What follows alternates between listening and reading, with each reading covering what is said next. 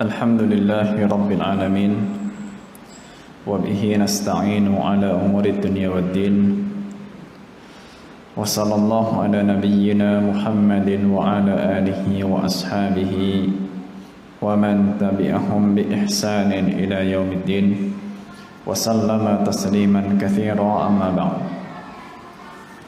Hadirin kaum muslimin rahimani wa rahimakumullah. Alhamdulillah, puji dan syukur kita panjatkan atas kehadirat Allah Tabaraka wa ta'ala yang telah melimpahkan rahmatnya kepada kita dan seluruh kenikmatan yang masih kita rasakan hingga malam hari ini. Dan dengan taufik dari Allah, malam ini kita kembali melanjutkan kajian kitab Taisir Al-Karim Ar-Rahman fi Tafsir Kalamil Mannan karya Syekh Abdurrahman bin Nasir As-Sa'di rahimahullah. Salawat dan salam semoga senantiasa Allah curahkan kepada panutan kita Nabi besar Muhammad sallallahu alaihi wa ala alihi wasallam, juga kepada seluruh keluarga, para sahabat, para pengikut yang selalu istiqomah dan sabar dalam mengamalkan tuntunan Nabi alaihi salatu wassalam. Pada pertemuan yang lalu kita membaca tafsir firman Allah Subhanahu wa taala Maliki Yaumiddin. Ya. Kita baca ayat yang keempat ya, dan sekarang malam hari ini kita akan lanjut ayat yang kelima dari surat Al-Fatihah, yaitu firman Allah Subhanahu wa ta'ala, wa qawluhu iyyaka na'budu wa iyyaka nasta'in. Hanya kepada Engkau kami beribadah, menyembah, dan hanya kepada Engkau kami memohon pertolongan. Ayat ini yang disebutkan dalam Sahih Muslim bahwa Allah Subhanahu wa ta'ala membagi dua. Di ayat ini ayat yang dibagi dua.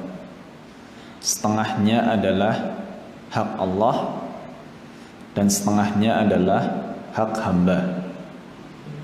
Ya, setengahnya adalah hak Allah dan setengahnya adalah hak hamba. Ya.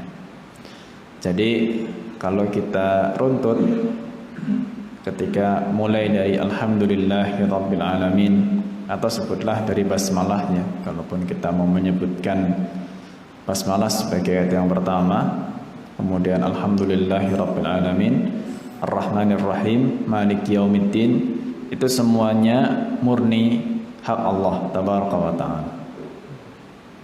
Ya, itu hak Allah. Kemudian ketika kita lompat ayat yang ke-6, ihdinas siratal mustaqim siratal ladzina an'amta 'alaihim ghairil maghdubi 'alaihim waladdallin, itu hak hamba. Tapi di ayat yang kelima, iyyaka na'budu wa iyyaka nasta'in, itu setengahnya hak Allah, setengahnya hak hamba. Ya. Yang ketika disebutkan dalam Sahih Muslim, ketika Allah Tabaraka wa ta'ala berfirman ya, dalam hadis qudsi, jadi Allah membagi Al-Fatihah menjadi dua, ya, membagi Al-Fatihah menjadi dua. Hanya memang di hadis qudsi tersebut dimulai ketika membaca Alhamdulillahirabbil alamin. Ya, Alhamdulillahirabbil alamin. Kemudian Ar-Rahmanir Rahim Maliki Yaumiddin. Ya. Ketika sampai kepada iyyaka na'budu wa iyyaka nasta'in, ini dibagi dua. Ya. Jadi setengahnya hak Allah, setengahnya hak hamba. Hak Allah adalah ketika kita membaca iyyaka na'budu. Ya. Kepadamu kami menyembah, itu hak Allah. Peribadahan kita dan penghambaan kita itu adalah hak Allah Subhanahu wa ta'ala. Dan ketika membaca iyyaka nasta'in itu hak hamba. Karena menjadi hak hamba untuk ditolong oleh Allah Subhanahu wa taala di dalam beribadah. Ya. Dan Asy-Syaikh Sa'di mengatakan di sini, qala rahimahullahu taala, ay nakhussuka wahdaka bil ibadati wal isti'anah. Lianna taqdimal ma'muli yufidul hasra wa huwa itsbatul hukmi lil madhkur wa nafyuhu amma adahu faka'annahu yaqul na'buduka wa la na'budu ghairaka wa nasta'inu bika wa la nasta'inu bi ghairika. Baik, di awalnya Syekh As-Sa'di menjelaskan apa yang berkaitan dengan susunan katanya. Jadi memang di dalam mentadabburi dan memahami ayat Al-Quran, kita tidak bisa pungkiri bekal bahasa Arab itu menjadi kunci utamanya. Ya. Karena ada kata yang diakhirkan, ada kata yang didahulukan, itu tidak mungkin tanpa maksud dan tujuan. Allah meletakkan huruf kapan ada wawunya, kapan tidak ada wawunya, kapan yang ini didahulukan, kapan yang itu didahulukan. Ya.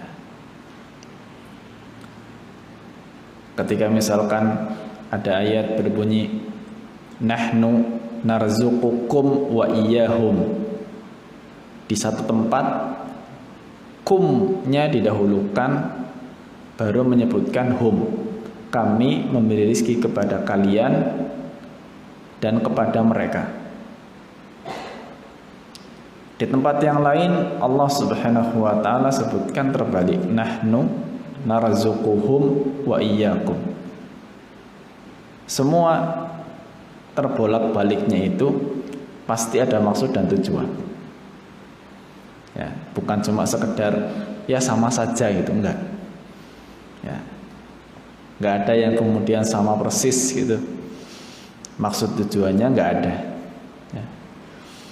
Apalagi di sini ketika membaca iyyaka na'budu wa iyyaka nasta'in, Syekh mengatakan kami mengkhususkan engkau, nakhussuka, ya, hanya mengkhususkan Allah Subhanahu wa taala wahdak, satu-satunya, bil ibadah wal isti'anah, untuk diibadahi dan dimintai pertolongan. Maka dijelaskan kenapa dalam memaknai ayat iyyaka na'budu wa iyyaka nasta'in kita menambahkan arti mengkhususkan. Kita pun kalau menerjemahkan kan hanya, ada kata hanyanya muncul. Ya, hanya kepadamu kami menyembah dan hanya kepadamu kami memohon pertolongan. Muncul kata hanya, padahal di dalam ayatnya itu kalau kita cari nggak ada satu kata pun dari ayat ini atau huruf yang menunjukkan kata hanya. Ya, nggak ada. Kalau cari dalam bahasa Arab, mana kata hanya di sini muncul di huruf yang mana itu nggak ada. Ya. Karena kata iyyaka itu aslinya maknanya kita mengatakan kepadamu, nggak ada kata hanya. Iyyaka na'budu, kepadamu kami menyembah. Iyyaka nasta'in, kepadamu kami memohon pertolongan. Tapi kenapa ketika menerjemahkan muncul kata hanya? Nah, ini sebuah pemahaman dari susunan kata, bukan dari sebuah penerjemahan kata. Ya. Seringkali kata hanya itu muncul karena sebuah susunan, bukan karena menerjemahkan kata. Dari susunan apa yang kita pahami sehingga muncul kata hanya, ya, saat menerjemahkan ayat ini? Beliau jelaskan Taqdim al-ma'mul yufidul hasra. Ya. Mendahulukan objek, ya, ketika dalam bahasa Arab mendahulukan objeknya, itulah yang menunjukkan sebuah pembatasan. Ya. Aslinya kita kalau berbicara dalam bahasa Indonesia, ya, dalam susunan yang umum akan mengatakan kami menyembahmu, kan gitu. Kami, bahasa Indonesia ya, kita sedikit murojah bahasa Indonesia. Kami menyembahmu, ya. Atau sebutlah dengan kosakata kami menyembah engkau, gitu. Kami itu subjeknya, menyembah itu predikatnya, engkau itu objeknya, kan gitu. Jadi kalau dulu pelajaran sekolah kan, tentukan susunan pola kalimat berikut: SPO, SPOK, SPK, kan gitu ya. A, gitu. Pilihan A, SPO, gitu. B, SPOK, gitu. C, SPK. Ya, kita kaitkan dengan ketika menafsirkan Al-Quran. Aslinya dalam bahasa Arab pun yang namanya objek itu munculnya belakang. Makanya itu kan SPO, subjek, predikat, objek. Dalam bahasa Arab pun yang objek atau yang disebut dengan ma'mul atau maf'ul, ya, itu belakangan munculnya. Nah, ketika yang namanya objeknya itu diletakkan di depan, ya, makanya disebut dengan kata iyyaka, ya, kepadamu, baru menyebutkan kami menyembah.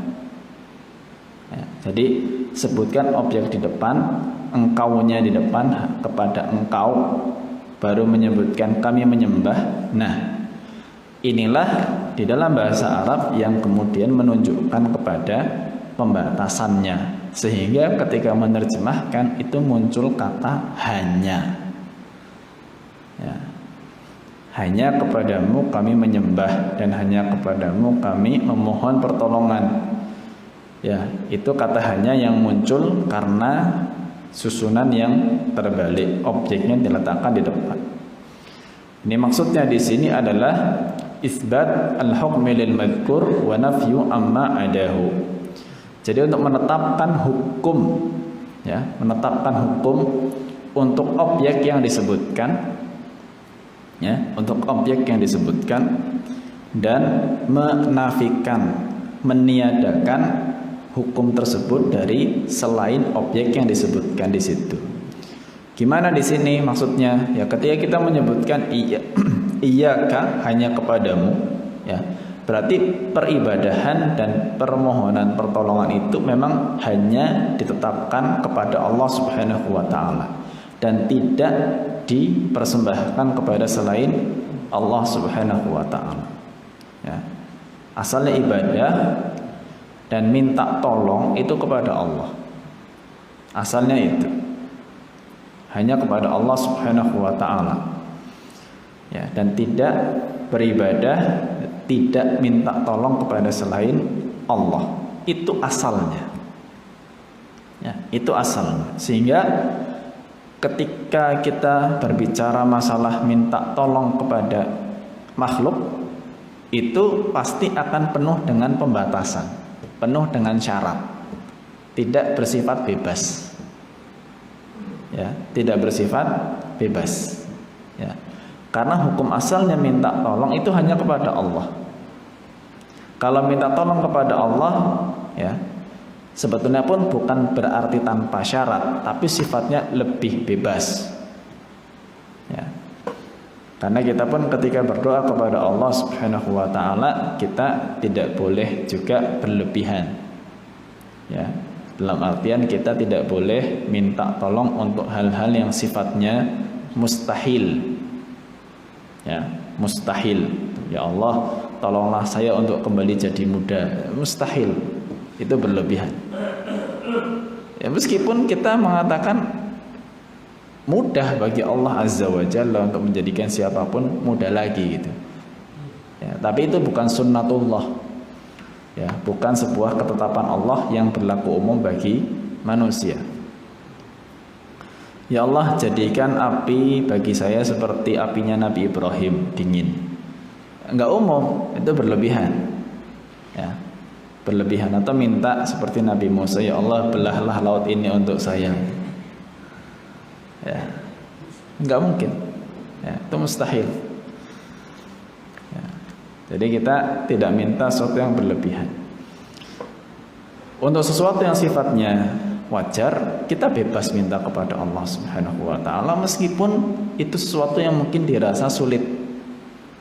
Ya, dirasa sulit.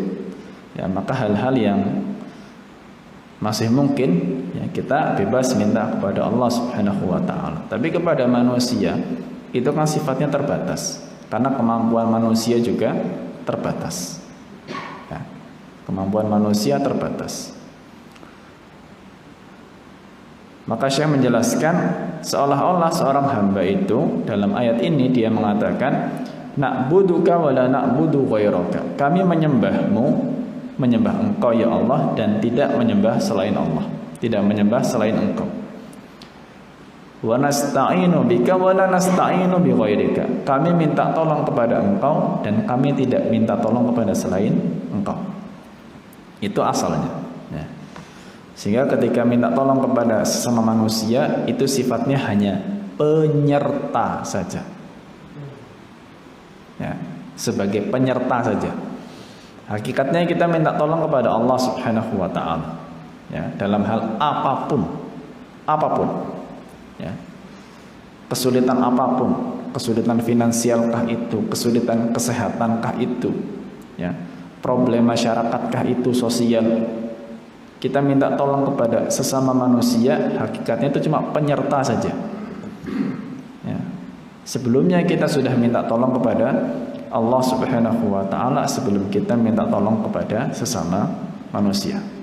Ya, sehingga seringkali seseorang yang minta tolong terlebih dahulu kepada sesama manusia sebelum dia minta tolong kepada Allah Tabaraka wa ta'ala dengan menggantungkan hatinya kepada Allah, itulah yang menyebabkan masalahnya tidak selesai. Karena sudah menggantungkan dirinya terlebih dahulu kepada sesama manusia, dan manusia itu terbatas. Ya. Kalaulah dia mampu, belum tentu dia mau. Dan yang mau belum tentu juga mampu. Ya. Ada orang berempati, ingin membantu, apa daya nggak punya kemampuan. Ada yang mampu tapi nggak peduli, itu urusan dia lah. Ya, kan ada seperti itu. Ya. Sehingga terlebih dahulu minta tolong kepada Allah yang jelas Maha Pengasih, Maha Penyayang yang sudah disebutkan sebelumnya. Ya, sehingga rasa optimisnya muncul. Manusia rasa kasih sayangnya nggak seperti kasih sayang Allah Subhanahu wa ta'ala. Ya, berbeda. Maka kepada Zat yang Maha Pengasih, Maha Penyayang kita terlebih dahulu minta tolong. Itu terkait dengan makna firman Allah, iyyaka na'budu wa iyyaka nasta'in. Ya. Jadi di sini di bagian awal ini sekedar menjelaskan sebuah pembatasan, ya, bahwa peribadahan dan minta tolong itu hanya kepada Allah Subhanahu wa ta'ala.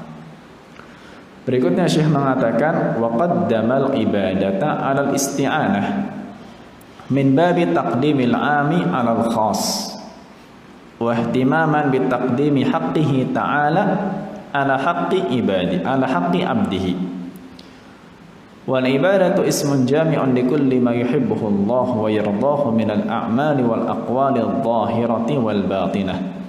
Wal isti'anatu hiya li'timadu 'ala Allah ta'ala fil jalbil manafi' wa daf'il madar ma'a thiqati bihi fi tahsili dzalik. Baik, setelah tadi menyebutkan makna kata hanya yang muncul dari mana, sekarang Syekh di sini menjelaskan kenapa ya yang disebutkan terlebih dahulu itu masalah ibadah, baru masalah minta tolong.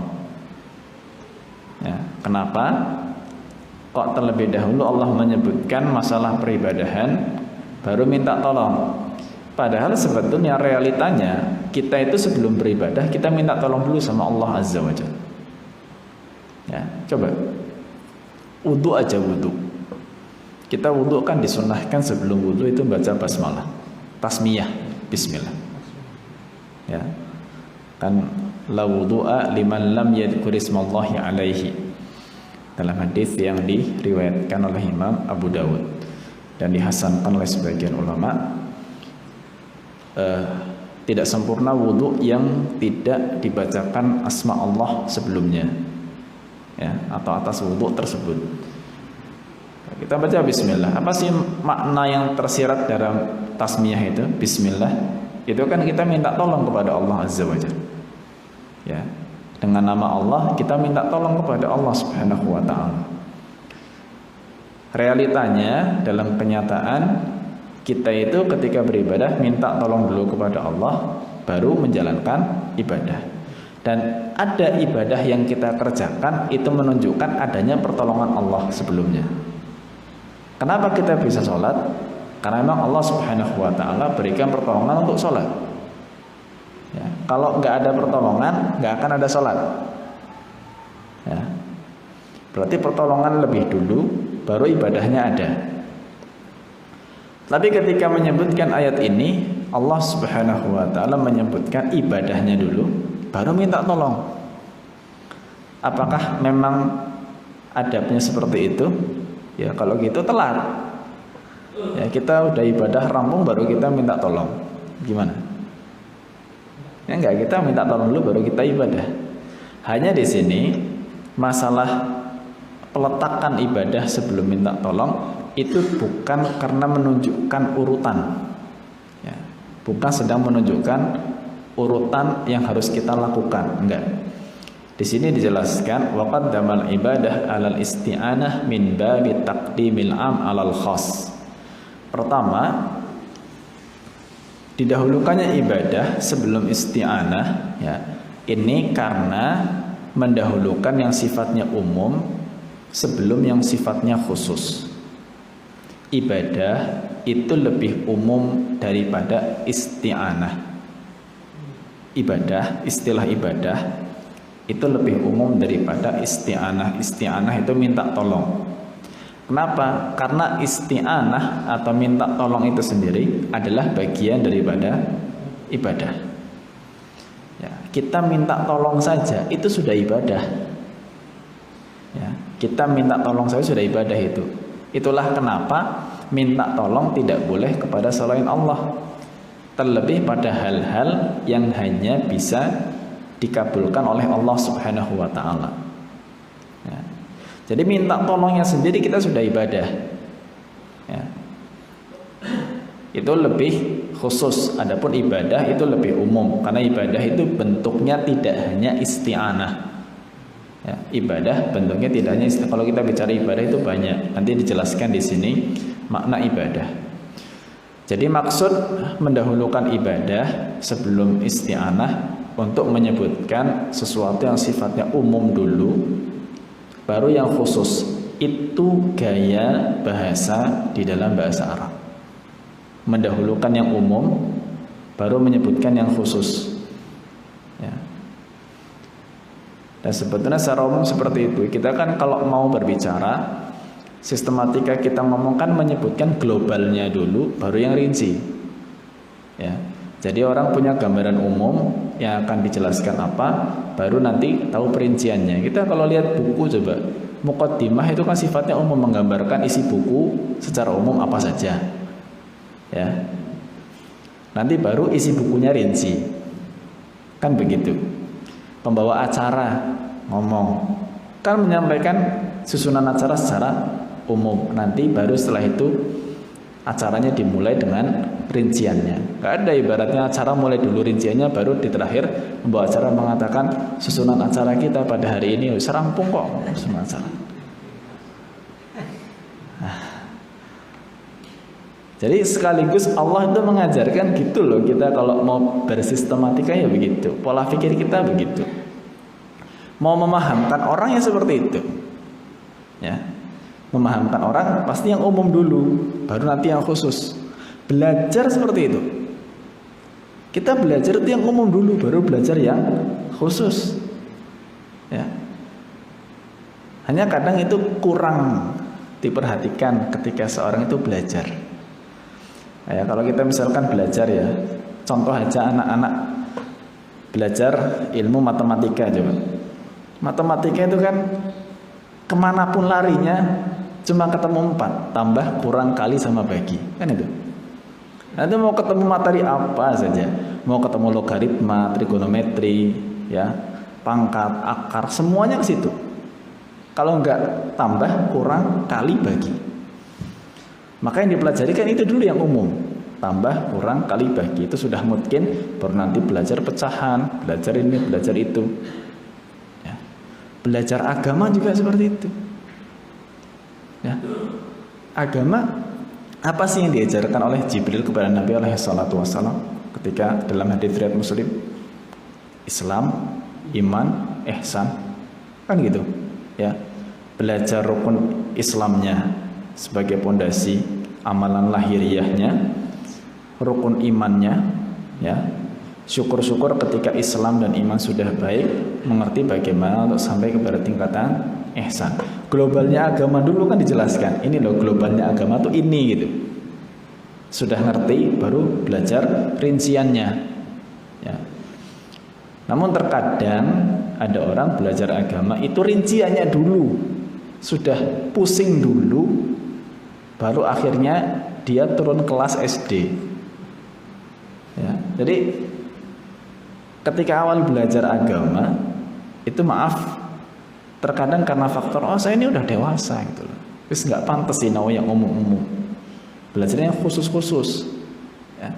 Akhirnya belajar yang khusus, yang rinci. Tengah jalan pusing, baru insaf gitu, menyadari oh iya saya salah belajar agamanya, kembali ke yang umum.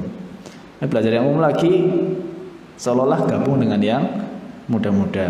Akhirnya kadang harus menahan ego, harus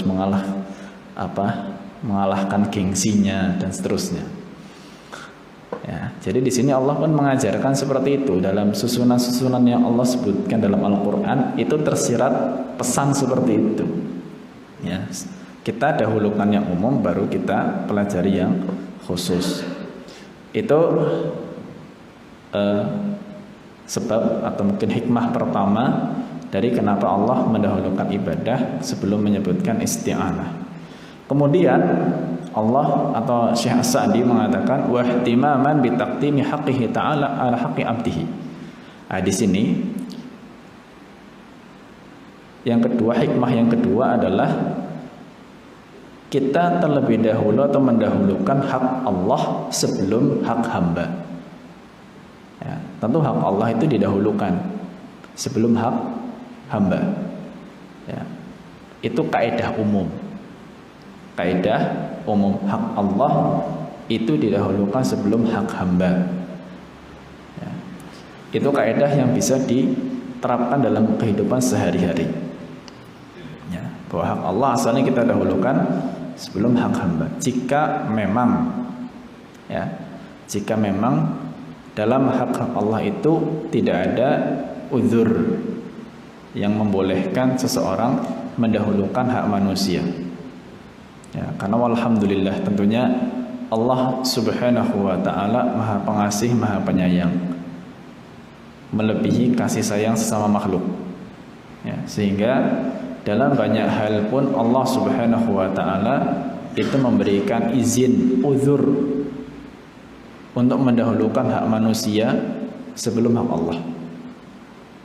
Ya, saya beri contoh yang dibahas oleh para ulama, ya, misalnya ketika seseorang meninggal dunia, harta peninggalan sebelum jadi harta waris itu kan harus diperhitungkan banyak hal. Satu, biaya penyelenggaraan jenazah. Itu asalnya diambilkan dari uang mayit. Kalau dia sudah menanggung, alhamdulillah, berarti urusan pertama selesai. Kedua, ada enggak wasiat? Wasiat kan hak manusia itu. Ya, wasiat. Tuh. Nanti habis wasiat, utang. Nah, ada enggak? Mayit punya utang enggak? Ini hak manusia. Ya, wasiat, utang itu hak manusia. Baru nanti terkait atau sebelumnya kalau misalkan ada utang-utang yang kaitannya dengan gadai sama yang enggak, maka dahulukan utang yang ada gadainya, baru nanti yang tidak ada gadainya. Kalau ini sudah, baru nanti berbicara masalah dia punya tanggungan zakat atau tidak. Itu belakang. Ya. Ya, itu belakang. Andai kata untuk urusan pertama, kedua, ketiga tadi untuk urusan penyelenggaraan jenazah, untuk wasiat, untuk utang kok habis, padahal dia masih punya tanggungan zakat yang belum dibayar, sudah dimaafkan oleh Allah Subhanahu wa taala. Itu rahmat Allah Azza wa Jalla. Ya, jadi meskipun asalnya seseorang itu mendahulukan hak Allah, ya, alhamdulillah Allah Maha Pengasih Maha Penyayang dalam beberapa hal melihat situasi dan kondisi, Allah mengizinkan hambanya untuk mendahulukan hak sesamanya sebelum menunaikan hak Allah. Ya, kalau tadi masalah wasiat, utang piutang itu hak manusia itu. Zakat itu Allah sebutkan dalam Al-Quran sebagai salah satu rukun Islam. Ya. Maka dari itu, ya tentunya adab kita kepada Allah Azza wa Jalla, ya kita berusaha mendahulukan hak Allah, ya, sebelum hak hamba, ya, sehingga kita tidak dihadapkan dengan situasi-situasi yang sulit. Dan tentunya siapapun yang mendahulukan hak Allah Subhanahu wa taala, Allah pun akan memudahkan dan menyegerakan semua urusannya.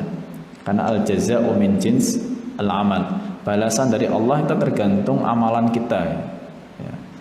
Makanya ketika Nabi SAW berbicara orang-orang yang suka telat jamaah misalnya, ya, mazalal qaumu yata'akhkharuna hatta yuakhirahumullah. Orang-orang yang senang telat sholat, menunaikan sholat, maka Allah pun akan menunda-nunda urusannya itu, ya, mengakhirkan urusannya, enggak selesai-selesai. Ya, itu balasan sesuai dengan amalannya yang berusaha mendahulukan hak Allah. Ya insya Allah Allah pun akan memprioritaskan urusan dia untuk selesai. Ya. Ingin mendapatkan skala prioritas dari Allah Subhanahu wa taala, kita pun memprioritaskan hak Allah Subhanahu wa taala. Baik, itu dua hikmah kenapa Allah mendahulukan ibadah sebelum isti'anah, ya. Jadi pertama untuk menjelaskan umum baru khusus, yang kedua menyebutkan hak Allah sebelum hak manusia. Kemudian ibadah, wal ibadatu ismun jami'un likulli ma yuhibbuhu Allah wa yardah minal a'mali wal aqwali adh-dhahirah wal batinah. Ibadah itu semua nama, ya, yang mencakup perkara-perkara yang dicintai oleh Allah dan Allah ridhoi, baik bentuknya amalan maupun ucapan yang nampak maupun yang tidak nampak, ya, tersembunyi. Adapun isti'anah dikatakan hiyal i'timad, isti'anah itu bersandar kepada Allah Subhanahu wa taala ketika ingin mendapatkan manfaat atau menolak bahaya, disertai dengan thiqah. Thiqah itu percaya, yakin kepada Allah Subhanahu wa taala dalam mendapatkan semua itu.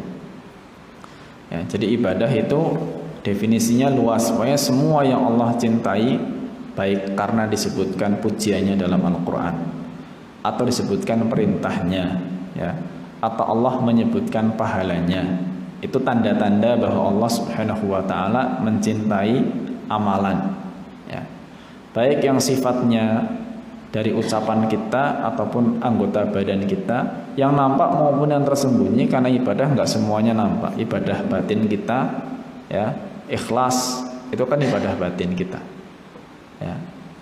Kemudian yakin itu ibadah batin kita, ya. Dan yang seperti itu harus diperhatikan masalah ibadah batin, ya, sebelum kita berbicara masalah ibadah yang nampak, ya. Adapun minta tolong, berarti di situ ada wujud kita bersandar kepada Allah Subhanahu wa taala dan kita yakin bahwa Allah itu bisa mewujudkan apa yang kita sedang minta tolong kepada Allah untuknya. Ya. Adapun kalau orang minta tolong kepada Allah tapi tidak disertai dengan yakin, ya, maka itu bukan isti'anah namanya. Dalam artian isti'anah itu tidak bernilai sebagai isti'anah ibadah. Ya. Jadi wujud isti'anah minta tolong kita kepada Allah itu harus disertai dengan harapan. Ya, harapan itu wujud baik sangka kita kepada Allah. Ya, untuk apa kita minta tolong kepada Allah kalau kita enggak berharap dan yakin Allah bisa mengabulkan? Ya. Kita berharap sehingga dari harapan itulah yang nanti akan menangkal keputusasaan. Ya. Harapan yang tidak pernah putus, ya, itu pun tidak akan melahirkan keputusasaan. Ya, sehingga kalau minta tolong tidak pernah putus. Ya, terus minta tolong kepada Allah Subhanahu wa taala. Ada orang misalnya ingin bisa baca Quran. Ya, ingin bisa baca Quran. Kadang orang belajar baca Quran itu ya susah-susah gampang, ya. Dibilang gampang sebetulnya ada perjuangannya, ya. Dibilang susah, Allah tidak membebani hamba di atas kemampuannya. Kan gitu. Ya. Ya, ada orang yang mungkin rasa harapnya kurang kepada Allah Subhanahu wa taala sehingga ketika belajar nggak minta tolong kepada Allah. Akhirnya susah. Ya, akhirnya susah. Ya, seolah-olah mau membaca saja nggak lancar-lancar gitu. Mungkin belum minta tolong kepada Allah Subhanahu wa taala. Ya. Tapi ketika dia minta tolong dan yakin Allah bisa untuk menjadikannya lancar membaca Quran meskipun belajarnya mungkin sudah terlambat, ya, mudah bagi Allah Subhanahu wa taala.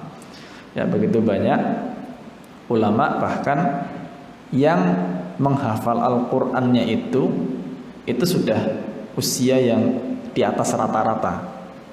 Ya, di atas rata-rata. Itu baru mulai menghafal Al-Qur'an. Ya. Itu sebetulnya perlu untuk kita ketahui sehingga tidak ada keputusasaan bagi siapapun yang baru belajar, ya, yang baru belajar itu. Ya, bahkan yang sampai kepada kami ketika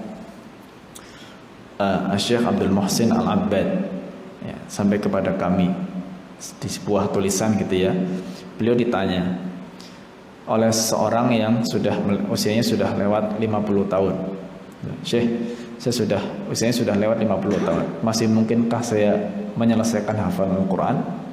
Beliau mengatakan, mungkin. Ya, saya termasuk yang menyelesaikan di atas 50 tahun. Ya, saya termasuk yang menyelesaikannya di atas 50 tahun. Ya. Jadi tidak ada yang sulit bagi Allah Subhanahu wa taala selama kita pun meminta sesuatu itu pertama tadi wajar, bukan sesuatu yang mustahil dari sunnatullah, ya. Dan kita juga yakin bahwa Allah itu akan membantu dan mengabulkan permohonan kita.